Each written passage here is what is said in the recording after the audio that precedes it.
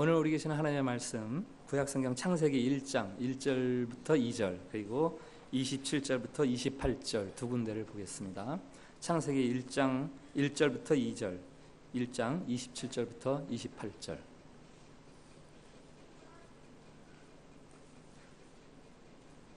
말씀 봉독할 때에 살아계신 우리 하나님의 음성으로 들으시기 바랍니다. 태초에 하나님이 천지를 창조하시니라. 땅이 혼돈하고 공허하며 흑암이 깊음 위에 있고 하나님의 영은 수면 위에 운행하시니라. 27절 읽습니다. 하나님이 자기 형상 곧 하나님의 형상대로 사람을 창조하시되 남자와 여자를 창조하시고 하나님이 그들에게 복을 주시며 하나님이 그들에게 이르시되 생육하고 번성하여 땅에 충만하라. 땅을 정복하라. 바다의 물고기와 하늘의 새와 땅에 움직이는 모든 생물을 다스리라 하시니라. 아멘. 샬롬. 샬롬. 우리 한 번 더 주변 분들 밝은 얼굴로 축복해 주십시오. 하나님께서 우리를 사랑하십니다.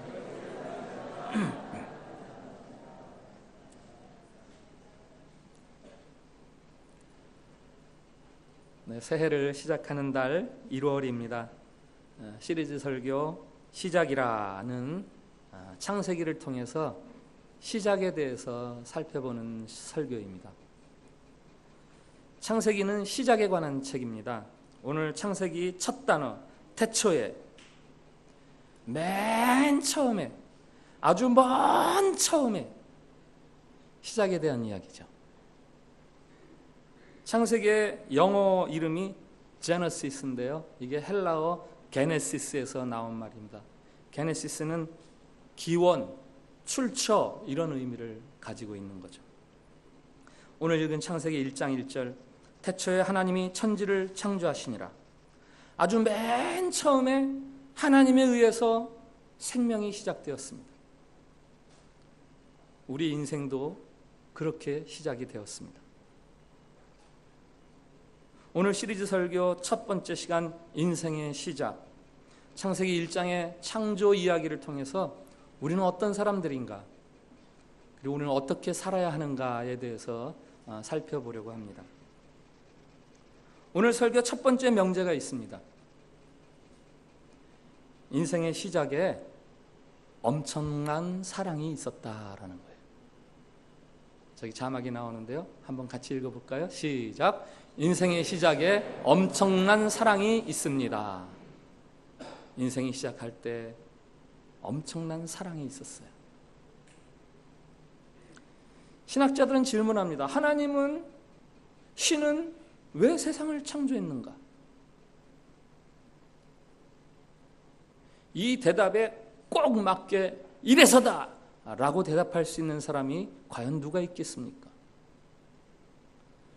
그러나 그 여러 대답 중에 하나가 있는데 그것은 하나님이 사랑이시기 때문이다라는 거예요. 사랑은 대상이 있어야 돼요. 사랑은 다른 말로 하면 사귐이고 교제입니다. 혼자서 사랑할 수는 없어요. 하나님은 사랑이시기 때문에 대상을 필요로 하셨고, 그래서 그 사귐의 대상으로 이 세상을, 생명을 만드신 거죠. 하나님의 창조 행위는 사귐의 대상을 만들어내는 작업입니다. 오늘 2절 땅이 혼돈하고 공허하며 흑암의 깊음 위에 있고 하나님의 영은 수면 위에 운행하시니라. 하나님의 영이 운행하시니라. 여기 영은 로아흐, 히브리어 바람, 호흡 이런 뜻인데요, 하나님의 호흡이라고 할 수 있습니다. 운행하다는 휘돌아서 감싸다, 알을 품다 이런 거예요. 하나님의 호흡이 혼돈과 공허와 흑암을 휘돌면서 감쌌습니다. 혼돈과 흑암과 공허함을 새가 알을 품듯이 그렇게 하나님의 영이 품은 거죠. 이 2절의 하나님의 창조 행위에 대한 묘사는 우리가 생명을 가질 때 얼마나 큰 사랑이 있었는가를 알게 해주는 구절이죠. 이를테면 그런 거예요.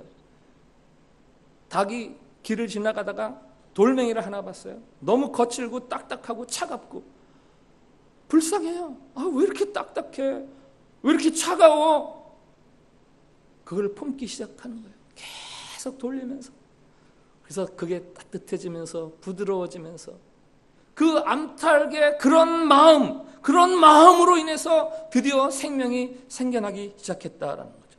인생의 시작점에는 이 하나님의 엄청난 사랑이 있었던 거예요. 하나님의 창조 행위는 축복의 행위입니다. 히브리어를 연구하는 성서학자들이 말합니다. 창조하다라는 히브리 말이 바라라는 뜻이거든요. 바라라는 말인데 이 축복하다가 바라크예요. 그래서 이 두 단어는 사촌 단어다. 굉장히 가까운 단어다. 세상을 창조하시는 하나님의 마음은 세상을 축복하시는 하나님의 마음이다 이거예요. 이 바라라는 단어가 명사형으로 해서 나중에 구체화되는 사람이 하나 있는데 그 사람이 바로 창세기 12장의 아브라함이에요. 세상을 창조하시는 하나님의 또 다른 이야기가 창세기 12장에서 아브라함을 불러내는 하나님의 이야기예요. 하나님을 알지도 못하고 하나님을 찾지도 못하고 살아가고 있는 한 사람, 그 사람을 향해서 하나님이 말씀하시는 거예요. 내가 너로 큰 민족을 이루고 내게 복을 주어서 내 이름을 창대하게 하리라. 이것이 바로 세상을 창조하시는 하나님의 마음이에요. 하나님의 축복과 사랑을 담은 창조 이야기 중에서도 사람은 아주 특별한 사랑과 축복의 대상으로 이렇게 두드러지게 나타나고 있습니다. 창세기 1장의 창조 기사를 읽어본 사람들은 누구라도 쉽게 알아채요. 이거는 사람이 정점에 있네. 사람이 클라이막스네. 창조되는 모든 것들은 사실은 사람을 위한 준비 작업처럼 그렇게 읽혀지는 거예요. 최근에 제가 알게 된 영어 단어가 하나 있어요. 베이비 샤워. 혹시 아세요? 어린아기를 위한 소나기. 이 선물 세례예요, 선물 세례. 임산부가 7개월, 8개월쯤 이렇게 되면 이제 곧 출산이 예상되지 않습니까? 그러면은 그 임산부의 친구들, 주로 여자들이죠. 여자들이 날을 정해서 거기에 다 모여서, 물론 각자 음식을 가져오기도 하지만 특별히 이 베이비 샤워 때는 아기를 위한 선물을 하나씩 갖고 오는 거예요. 제가 이 단어를 작년에 제 며느리가 출산할 때 알았어요. 아, 베이비 샤워라는 게 있구나. 제 며느리가 페이스북에다가 베이비 샤워에 이런 선물을 받았어요 그러면서 올렸더라고요. 아기 옷, 여러 가지, 아기 장난감, 아기 목욕 용품, 심지어는 아기 옷을 넣을 수 있는 장까지 그렇게 선물을 받았어요. 아기가 태어날 때 아기 입장에서는 태어나면 다 준비되었네. 이 베이비 샤워예요. 창세기 1장은 인간을 위한 베이비 샤워장이에요. 하나님이 하늘을 만들어 두십니다. 땅을 만들어 두십니다.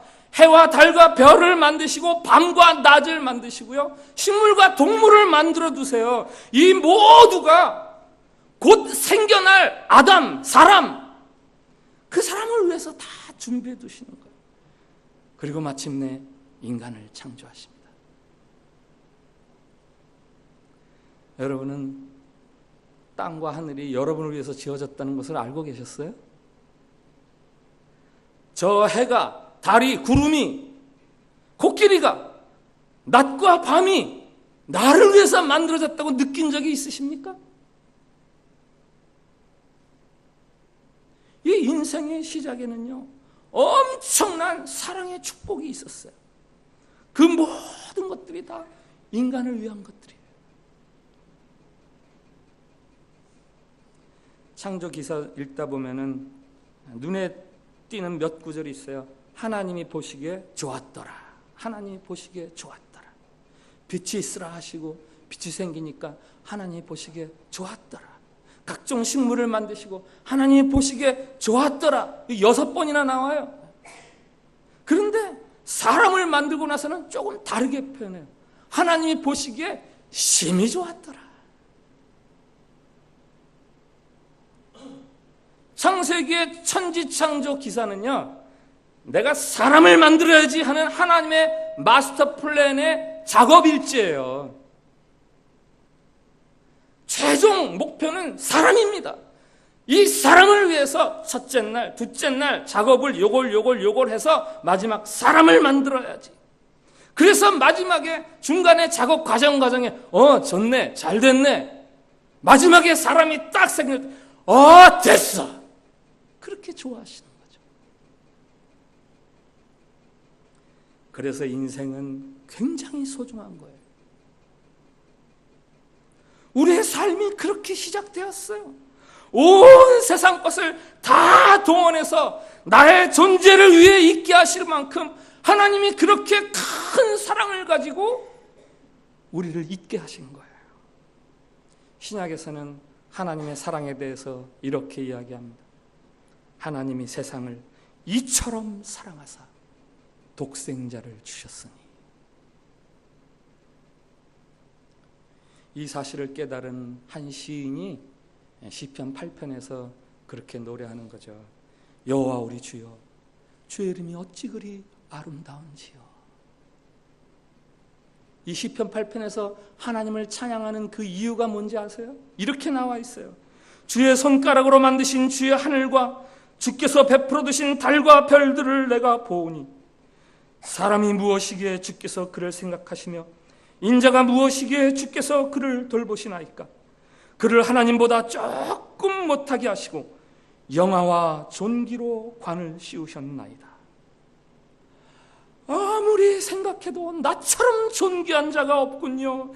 나처럼 하나님에게 소중히 대접을 받는 자가 없군요. 하나님은 어찌 그리 아름다운 분이십니까?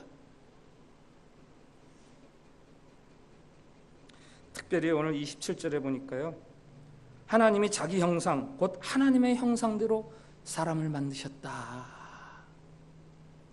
앞에 26절에는 하나님의 형상을 따라 하나님의 모양대로 이렇게 써요. 영어 성경에 보면 이미지, likeness.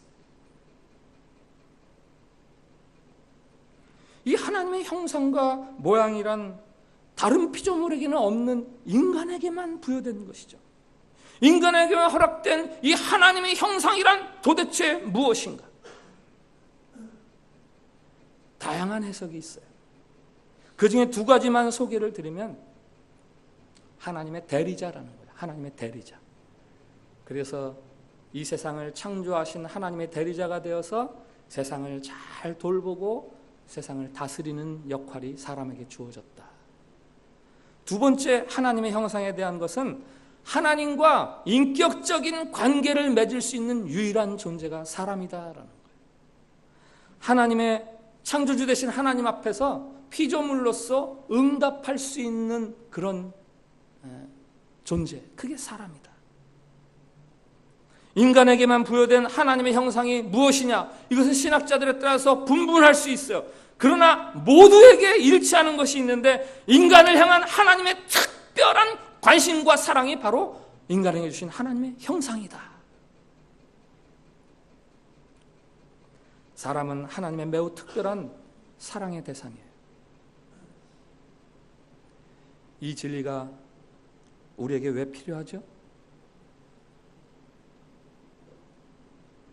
내가 사랑으로 지음받았다라는 게 우리에게 왜 필요하죠? 창세기는 모세오경의 첫 번째 책입니다. 출애굽기부터 신명기에 이르는 다른 나머지 책들의 이야기의 배경을 이루는 책이 창세기예요. 창세기는 독립적으로 존재하는 것이 아니라 이스라엘이 생생히 기억하고 있는 그 애굽의 노예 생활에서 출애굽해서 해방되었던 출애굽 백성들이 내가 누구인지, 내가 어떻게 살아야 하는지를 이야기해 주기 위해서 배경으로, 전제로 들려주는 이야기예요. 애굽에서 해방되어 나온 이스라엘 신앙 공동체, 그들이 무엇보다 먼저 알아야 되는 게 있어요. 너희들은 하나님의 특별한 사랑을 가지고 태어난 사람들이다. 그러니 살다가 혹 어려움을 겪어도 너무 낙심하지 말아라. 혹 하나님을 떠나게 하려는 유혹이 있어도 절대로 그것들에 넘어가지 말아라. 너희들은 엄청난 사랑의 대상이다. 내가 사랑받고 있다는 것이 얼마나 큰 힘이 되는지 몰라요. 어려움이 있을 때, 실패했을 때, 혹은 범죄의 유혹이 있을 때 나를 향한 사랑을 알고 있는 사람들은 낙심하거나 절망하거나 유혹에 빠지지 않습니다. 저희 교인 중에 한 분을 소개해 드릴게요.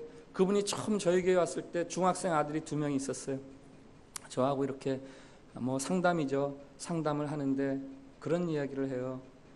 저는요, 저희 아들들에게 딱 한 가지만 가르쳐줘라 그러면 이거를 가르쳐주고 싶어요. 걔네들이 살다가 어려운 일을 반드시 겪을 텐데 그때 그 어려움을 극복할 수 있는 법, 그거를 가르쳐주고 싶어요. 제가 그 말 들으면서 무릎을 탁 쳤어요. 참 지혜로운 부모님이시네요. 여러분, 자녀들에게 수학, 영어 가르치는 거, 바이올린, 피아노 가르치는 거 필요합니다. 그러나 그 무엇보다 여러분들이 자녀들에게 가르쳐줘야 되는 게 있어요.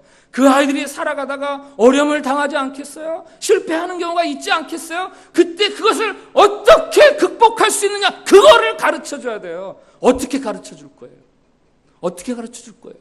암기시켜서 요렇게 실패할 때는 요렇게 일어나야 되고, 요렇게 실패할 때는 요렇게 일어나야 되고, 그렇게 방정식을 외워서 그렇게 일어나게 할 거예요? 아니에요.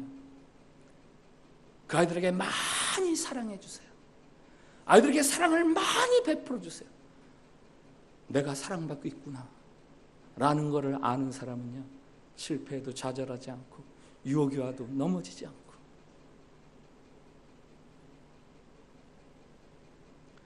하나님은 성경이 시작되자마자 여러분에게 말씀하세요.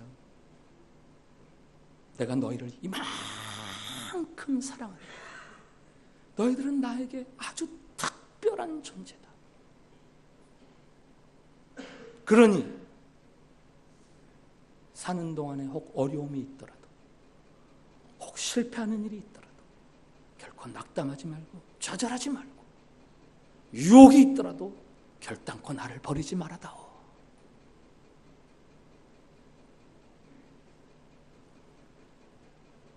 오늘 설교의 두 번째 명제가 있습니다.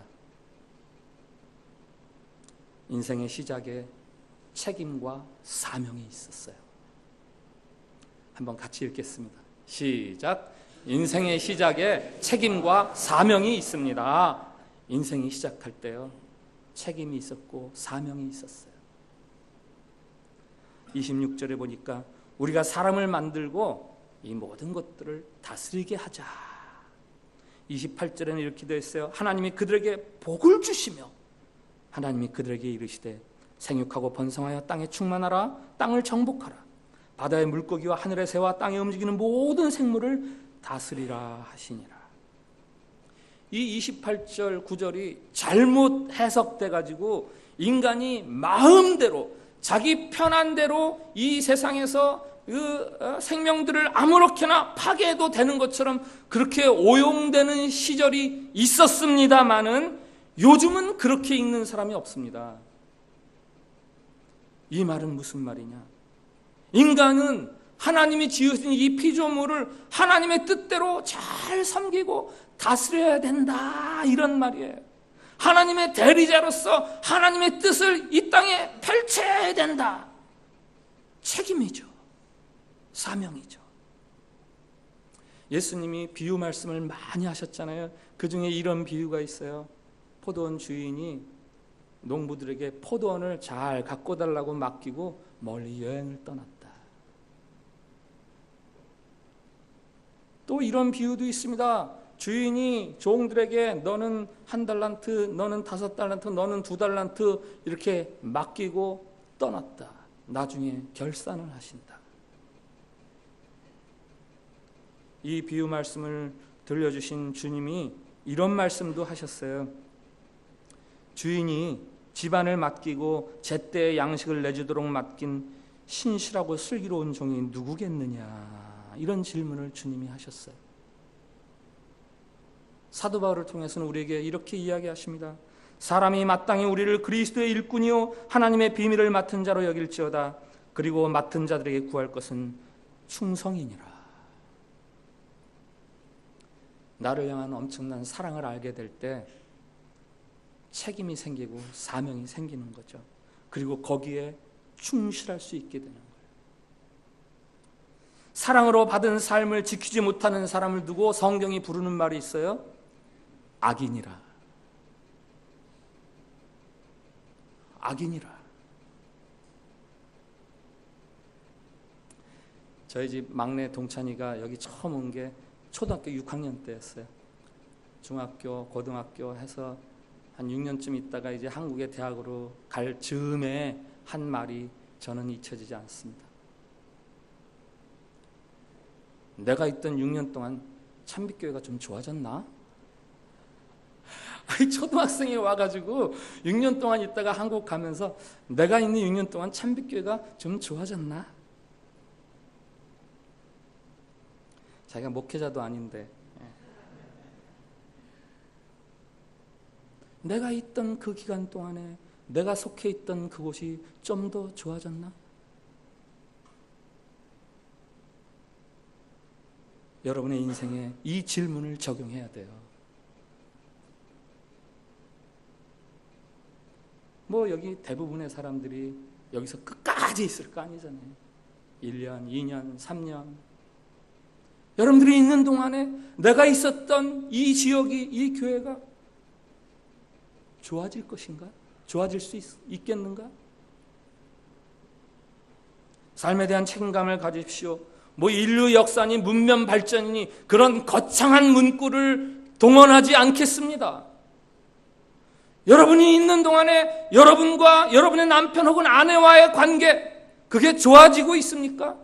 여러분과 자녀와의 관계가 좋아지고 있습니까? 여러분이 있는 동안에 가정이 좋아지고 있습니까?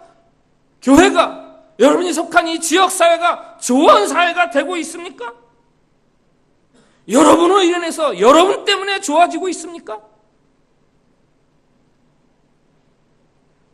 어제 인터넷 기사를 보니까 미국 오바마 대통령의 부인 미셸 오바마가 미국의 영부인으로서는 이제 마지막으로 공식적인 연설을 했더라고요. 백악관에서 무슨 시상식이 있어서 거기서 미국의 젊은이들을 대상으로 마지막 공적 연설을 한 거죠. 이렇게 말해요. 여러분은 여러분의 이전 세대들처럼 자유를 지키고 보호하기 위해 여러분의 역할을 해야 하며 바로 지금부터 시작해야 합니다. 미국의 젊은이 여러분, 여러분이 여러분의 이전 세대들로부터 물려받은 그 좋은 것들, 그것들이 여러분들 다음 세대에 물려질 수 있도록 그렇게 살아가야 됩니다. 지금부터 그렇게 살아가야 돼요. 라고 말하는 거죠. Don't be afraid. 두려워하지 마세요. 라는 말과 더불어서 여기 B로 시작하는 네 문장을 얘기했더라고요. 첫 번째가 be focused. 집중해라. 집중해라. 두 번째, be determined. 결심해라. 세 번째, be hopeful. 희망을 가져라. 희망을 가져라. 마지막, be empowered. 힘을 얻어라. 힘을 얻어라. 역사 발전을 위해서 뚜렷한 책임의식과 노력에 대해서 권고하는 연설이죠. 선한 결과에 대한 기대를 가지고 치열하게 살아야 된다. 지금부터. 그 연설문 속에 자신과 오바마 대통령이 시작에 대한 이야기가 있더라고요. 우리는 작은 돈으로 시작했어요. 그러나 많은 노력과 많은 교육을 통해서 미국이라는 나라의 대통령까지 될 수 있었습니다. 이 나라는 노력하면 되는 나라입니다. 이렇게 이야기하는 거죠. 그러면서 그 연설의 마지막을 이렇게 끝내더라고요. 제가 여러분과 함께 할 것이며 남은 생애 동안 여러분을 돕기 위해 일하겠습니다. 이 연설문을 여러분에게 소개하는 이유는 이것이 바로 하나님께서 피조물 인간, 저와 여러분에게 들려주시는 말씀처럼 딱 읽혀지더라고요.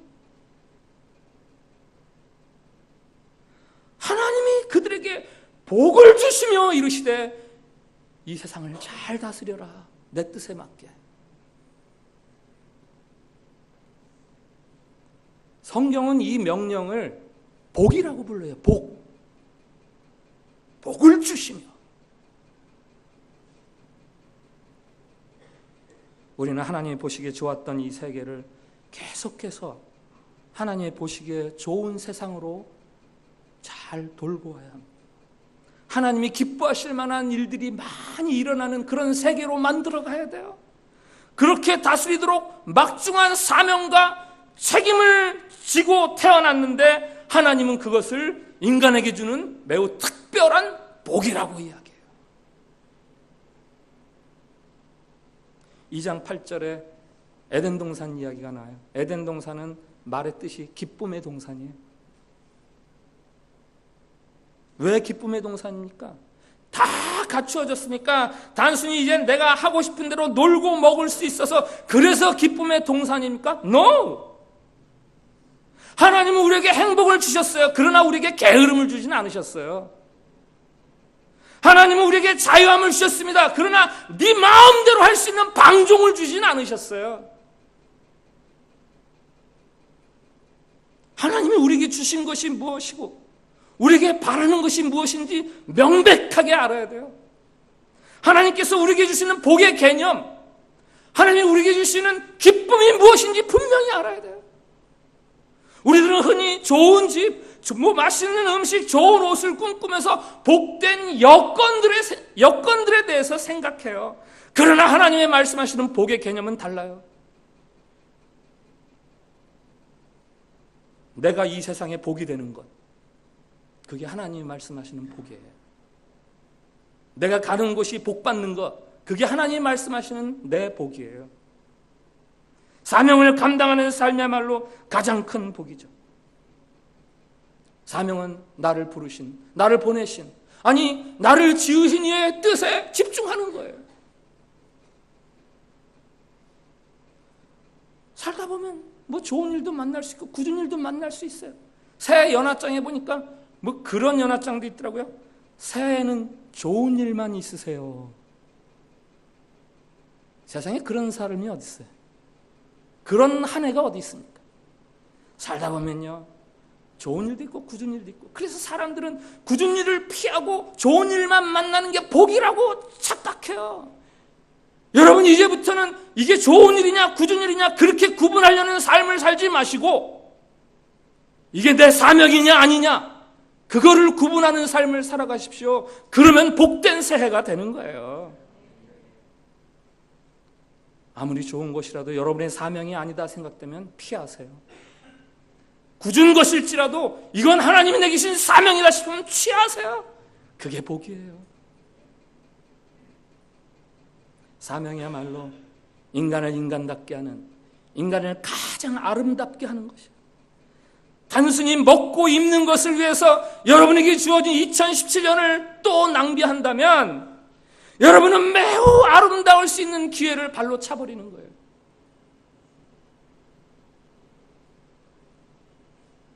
여러분으로 인해서 여러분이 살고 있는 이 세상이 하나님이 기뻐하시는 세상이 될 수 있도록 살아가는 것, 그것이야말로 인생의 시작점에 여러분이 주어진, 이 새해의 시작과 더불어 여러분이 주어지는 책임과 사명이죠. 오늘 설교의 세 번째 명제가 있습니다. 인생의 시작에 안식이 있습니다. 한번 따라해 주세요. 인생의 시작에 안식이 있습니다. 인생의 시작에 안식이 있습니다. 2장 2절에 보면요, 하나님이 그가 하시던 모든 일을 그치고 일곱째 날에 안식하시니라. 그러나 오해가 있죠. 안식에 대한 오해.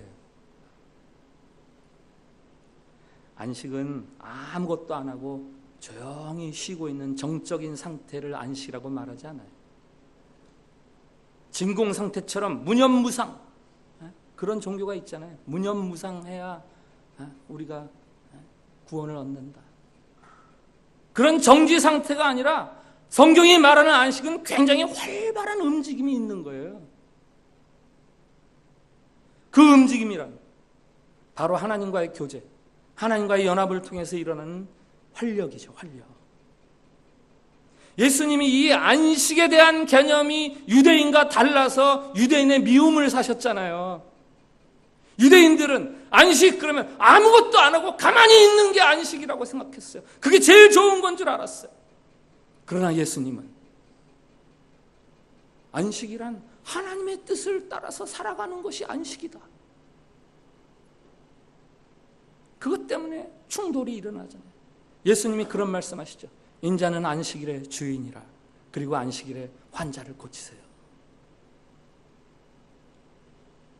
안식에 대한 여러분의 생각을 바꾸세요. 아무것도 안 하고 노는 상태, 그거 안식 아니에요.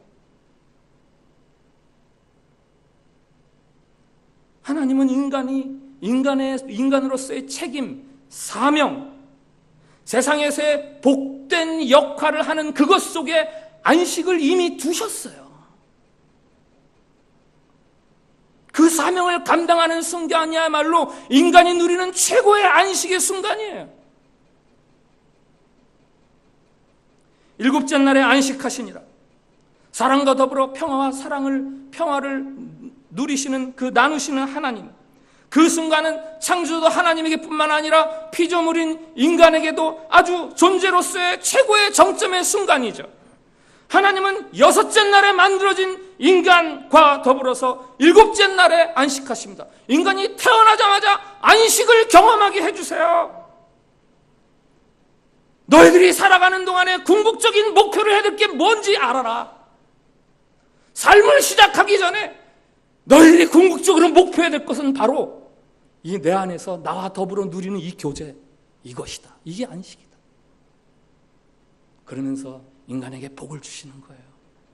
만물을 내 뜻에 맞춰서 잘 다스려라.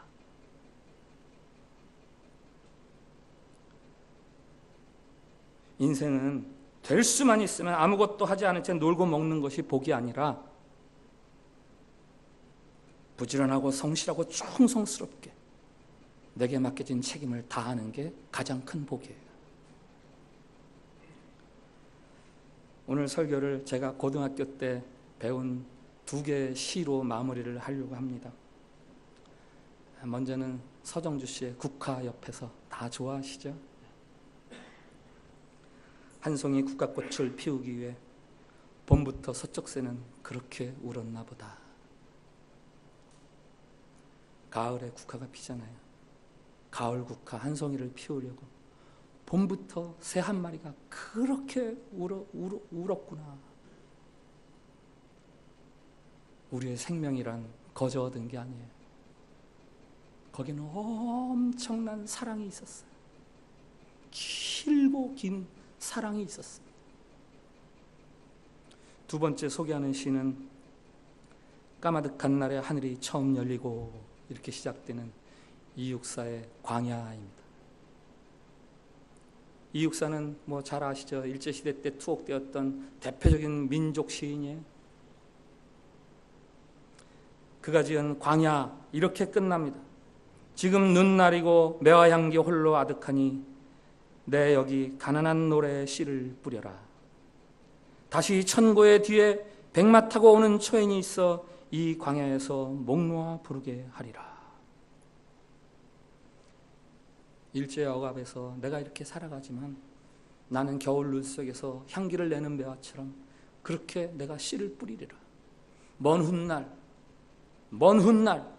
천고의 뒤에 언제가 될지 모르지만 내 후손들이 목 놓아서 노래할 그때를 위해서 내가 이 가난한 씨를 뿌리리라.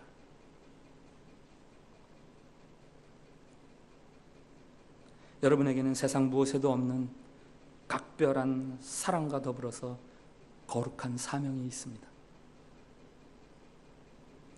세상을 하나님이 기뻐하시는 세상으로 지켜내는 사명.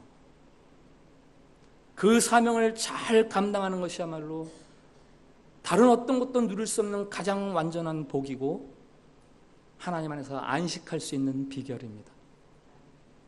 그것을 생각하시면서 이 한 해를 시작하십시오. 일어나서 찬양합시다. 나를 지으신 이가 하나님, 나를 부르신